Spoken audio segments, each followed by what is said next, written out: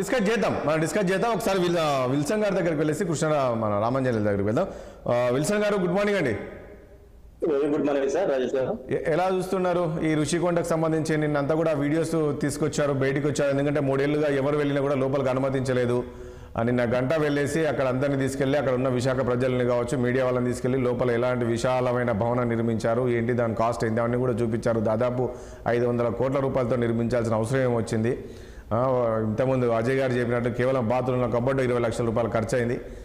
అవసరం అంటారా? నేనేమంటానంటే తప్పేముంది, ఇక్కడ ఇది గవర్నమెంట్ ఎవరు వచ్చినా యూజ్ చేస్తారు కదా. ఇప్పుడు విశాఖ రాజధానిగా పాలన కొనసాగించాలనుకున్నారు జగన్మోహన్ రెడ్డి ఈసారి గెలిస్తే. సో రేపు సపోజ్ మీరు రాష్ట్రపతి కావచ్చు, గవర్నర్ ఎవరు వచ్చినా కూడా అక్కడ ఉండడానికి బాగుంటుంది, వీలుంటుంది, వసతి ఉంటుందని చెప్పి కట్టించేద్దాం. తప్పేముంది? ఇప్పుడు మీరున్నారు కూటమి, మీరు వచ్చారు, మీరు కూడా వాడచ్చు కదా. దాని మీద ఎందుకు జగన్మోహన్ రెడ్డి పైన ఈ రకమైన విషయం చిమ్ముతున్నారంటే ఏం చెప్తారు? ఆయన సొంతం భవనము, ప్రైవేట్ భవనం అనే విధంగా కామెంట్ చేస్తున్నారంటే?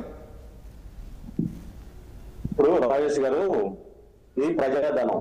జగన్మోహన్ రెడ్డి గారికి సంబంధించిన సొంత ధనాన్ని ఖర్చు పెట్టి ఆయన పట్ల ఇప్పుడు ఏదైనా సరే ప్రజాధనం ఖర్చు పెట్టేటప్పుడు ఖచ్చితంగా కేబినెట్ ఆమోదం ఉండాలా, అసెంబ్లీలో చర్చ జరగాల.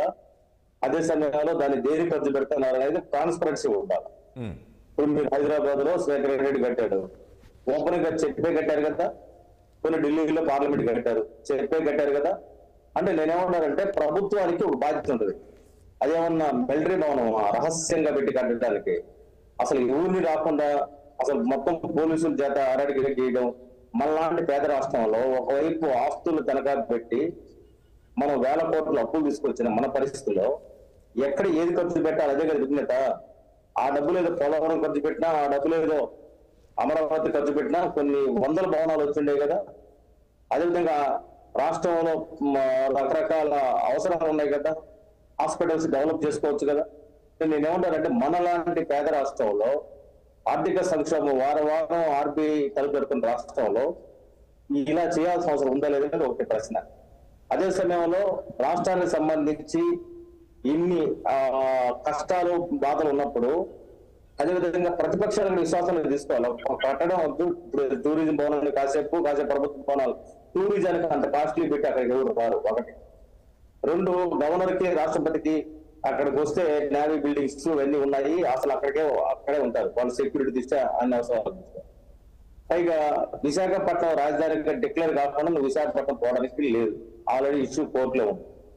మనం ఊహాగానం చేసుకోవడానికి మన సొంత రాజ్యాంగాలు లేవు, మనం కాన్స్టిట్యూషన్ బట్టే మనం నడవాలా. కోర్టు డైరెక్షన్స్ అనేది విశ్వాసాలు తీసుకోవాలా. మనం గెలిచేస్తామని ముందుగా ఎలా అనుకుంటారు? 30 సంవత్సరాలు నేనే సీఎం ఉండాలని, 30 సంవత్సరాలు ఉండాలనుకోవడంలో తప్పే అయిపోవచ్చు ఆకాంక్ష.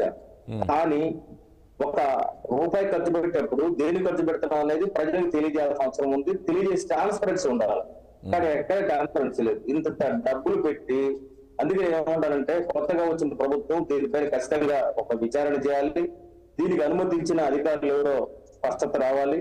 చీఫ్ సెక్రటరీ ఏ పేరుతో దీనికి అనుమతులు ఇచ్చాడో కూడా తెలియాలి. కాబట్టి అధికార యంత్రాంగం పూర్తిగా 150% బాధ్యత వహించారు. ఎందుకంటే ఒక ముఖ్యమంత్రి ఆయన అభిష్టం మేరకు కట్టడానికి ఏమైనా కట్టచ్చా? ఇది ఒక క్వశ్చన్. ఎందుకంటే అదే విధంగా అక్కడ ముఖ్యమంత్రి కన్నా భారతి పేరు బాగా ప్రస్తావన తీసుకొస్తున్నారేంటి? మీరందరూ కూటమి సభ్యులందరూ చాలా వరకు భారతి కోరిక మేరకే తీసుకొచ్చారు. భారతి కోరిక మేరకే అక్కడ భవనాలు నిర్మించారు. ఆమె పరిశీలనలోనే ఆ భవనాలన్నీ కూడా నిర్మాణం జరిగాయి. అంటే అది భారతి గారి కోరిక మేరకు అనేది ఊహాగానం, దాని మీద కామెంట్ చేయాలి. ఒకటి ఫ్యాక్ట్, అది ప్రజల డబ్బు కాబట్టి ప్రజలు దేని ఖర్చు పెడుతున్నారో ఎందుకు పెడుతున్నారు అనేది ఒకటి ఆన్సరబుల్ ఉండాలి. దీనిపై ఖచ్చితంగా విచారణ కమిటీ వేయాలి. ఇది దుర్వినియోగమా సద్వినియోగమా, మన అవసరాలు దృష్టిలో పెట్టుకొని చేసిందా లేకపోతే ఏ విధంగా చేశారని దగ్గర ఖచ్చితంగా క్లారిటీ రావాలి. అంతేగాని మళ్ళీ ప్రభుత్వం అంత డబ్బు ఖర్చు పెట్టకపోవచ్చు, ఎవరు ప్రభుత్వ అవసరాలు వాళ్ళకు ఉంటాయి. అదేవిధంగా నువ్వు విశాఖ రాజధాని కదా ఉండాలనుకుంటే ఇది రాజధాని బిల్డింగ్ నేను కడతానని అనడానికి ముందుగా నువ్వు కోర్టు ఇష్యూలో ఉన్నప్పుడు కంటెంట్ ఆఫ్ ది కోర్టు అవుతుంది. నువ్వు రాజధాని బిల్డింగ్ కట్టడానికి అవకాశాలు లేవు కోర్టులో ఇష్యూ ఉన్నప్పుడు. ఈ లోపు ఒక రాజధానిగా డిసైడ్ అయితే మీరు అనుకుంటే అమరావతి రైతులకు అక్కడ సాటిస్ఫై చేసి మేము ఎన్నోసార్లు చెప్పాం. అమరావతి రైతులు సంతృప్తి పరచకుండా ఎవరు రాజధానిని విశాఖపట్నం తరలించలేరు. ఇప్పుడు జరిగిన ఇవన్నీ కూడా చూసుకుంటే ఏంటంటే ఇది జగన్మోహన్ రెడ్డి గారు ఆయన ప్యాలెస్ల మీద ప్రకారం మమకారం, అది తాడేపల్లి కావచ్చు, లేదా బెంగళూరు కావచ్చు, ఇంకొక ప్యాలెస్ కావచ్చు. ఎందుకంటే ప్యాలెస్ వ్యక్తిగతంగా కట్టుకోవచ్చు, మన దగ్గర డబ్బులు కట్టుకోవచ్చు, నో ప్రాబ్లం, మనకే అభ్యంతరం లేదు. కానీ ప్రభుత్వం ఒకటి విల్సన్ గారు ఇప్పుడు గతంలో ఇక్కడ తెలంగాణలో కూడా ప్రగతి భవన్ నిర్మించినప్పుడు కేసీఆర్ పైన ఇదే ఇప్పుడున్న ప్రభుత్వం కావచ్చు చాలా ఆరోపణలు చేశారు. విలాసమైన భవనం నిర్మించుకున్నారు, లోపల మొత్తం రాజుల కోట అది ఇది అని చెప్పారు. ఈరోజు కాంగ్రెస్ ప్రభుత్వం వచ్చింది, డిప్యూటీ సీఎం దాంట్లో ఉంటున్నారు. అది కేసీఆర్కి ఏమైనా చెల్లినదా? కేసీఆర్ కాదు కదా, ఇది కూడా అంతే. చెప్పాడు కదా కేసీఆర్ దేనికి కడుతున్నావు చెప్పాడు కదా, ఇక్కడ జగన్మోహన్ గారు చెప్పలే కదా.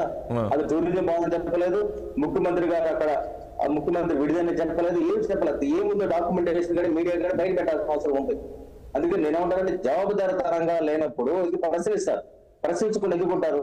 కానీ రాబోయే రోజులైనా సరే దీనిపైన రాష్ట్ర ముఖ్యమంత్రి చంద్రబాబు నాయుడు గారు కూడా కూలంకుషంగా విచారణ జరిపి దీంట్లో ల్యాబ్స్ ఏముంది, 500 కోట్లు పెట్టాల్సిన అవసరం ఉంది ఒక భవనానికి. 500 కోట్లు పెట్టే పరిస్థితి, ఒక బిల్డింగ్ కట్టే పరిస్థితిలో రాష్ట్ర ప్రభుత్వం ఉందా? రేపు అంటే కట్టుకుంటే ఎవరు ఇష్టం వచ్చినట్టు వాళ్ళు కట్టుకుంటా పోతే ప్రజాధనం కదా, ఇది జనం సంబంధించి స్వేదం కదా. ఆ స్వేదాన్ని మనం ఎట్ట వాడాలి మనకు క్లారిటీ ఉండాలి కదా. ఆ క్లారిటీ రాకపోతే జవాబు ఖచ్చితంగా రావాలి, ప్రజలకి అది ఆన్సర్ ఇవ్వాలి. ఆన్సర్ ఇవ్వకపోతే దాని మీద చర్యలు కూడా తీసుకోవాలి. నేనేమంటా అంటే ఆ రోజు ప్రగతి భవనం కూల్చివేసినందుకు కూడా ముఖ్యమంత్రి గారు ఆ రోజు చంద్రబాబు నాయుడు గారు ముఖ్యమంత్రి కాదు, జగన్మోహన్ గారు ముఖ్యమంత్రి కాబట్టి అంతకుముందు కట్టిన భవనాన్ని కూల్చేసిన విషయంలో జగన్మోహన్ రెడ్డి గారి దగ్గర నుంచి డబ్బులు వసూలు చేయాల్సి వస్తే వసూలు చేయాలి. ఇప్పుడు కూడా దీని మీద ఏంటి అనే దగ్గర ఒక విచారణ అయ్యాల్సిన అవసరం